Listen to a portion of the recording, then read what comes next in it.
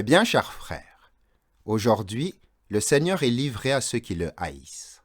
Pour insulter sa dignité royale, on l'oblige à porter lui-même l'instrument de son supplice. Ainsi s'accomplissait l'oracle du prophète Isaïe. Il a reçu sur ses épaules le pouvoir.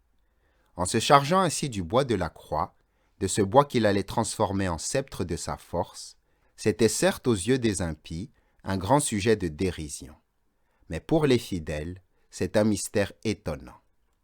Le vainqueur glorieux du démon, l'adversaire tout-puissant des puissances du mal, présentait sur ses épaules, avec une patience invincible, le trophée de sa victoire, le signe du salut, à l'adoration de tous les peuples. Comme la foule allait avec Jésus au lieu du supplice, on rencontra un certain Simon de Cyrène, et on fit passer le bois de la croix, des épaules du Seigneur, sur les siennes. Ce transfert préfigurait la foi des nations, pour qui la croix du Christ devait devenir non un opprobre, mais une gloire.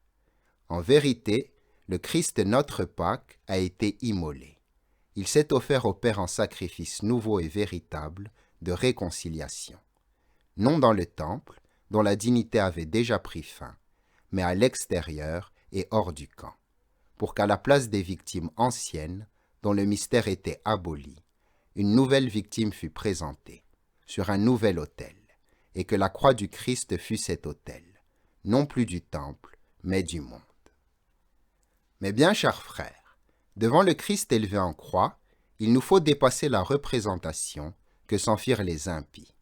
À qui fut destinée cette parole de Moïse, votre vie sera suspendue sous vos yeux, et vous craindrez jour et nuit, sans pouvoir croire à cette vie.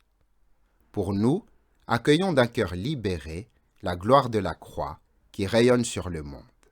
Pénétrons d'un regard éclairé par l'esprit de vérité le sens de la parole du Seigneur, annonçant l'imminence de sa passion. C'est maintenant le jugement du monde. C'est maintenant que le prince de ce monde va être jeté dehors. Et moi, une fois élevé de terre, j'attirerai à moi tous les hommes. La croix du Christ est la source de toutes les bénédictions et la cause de toutes les grâces. Par elle, les croyants tirent de leur faiblesse la force, du mépris reçu, la gloire, et de la mort, la vie. Désormais, l'unique offrande du corps et du sang du Seigneur donne leur achèvement à tous les sacrifices, car le Christ est le véritable agneau de Dieu qui enlève le péché du monde. L'ensemble des mystères trouve en lui seul son sens plénier. Au lieu d'une multitude de victimes, il n'y a plus qu'un seul et unique sacrifice. Amen.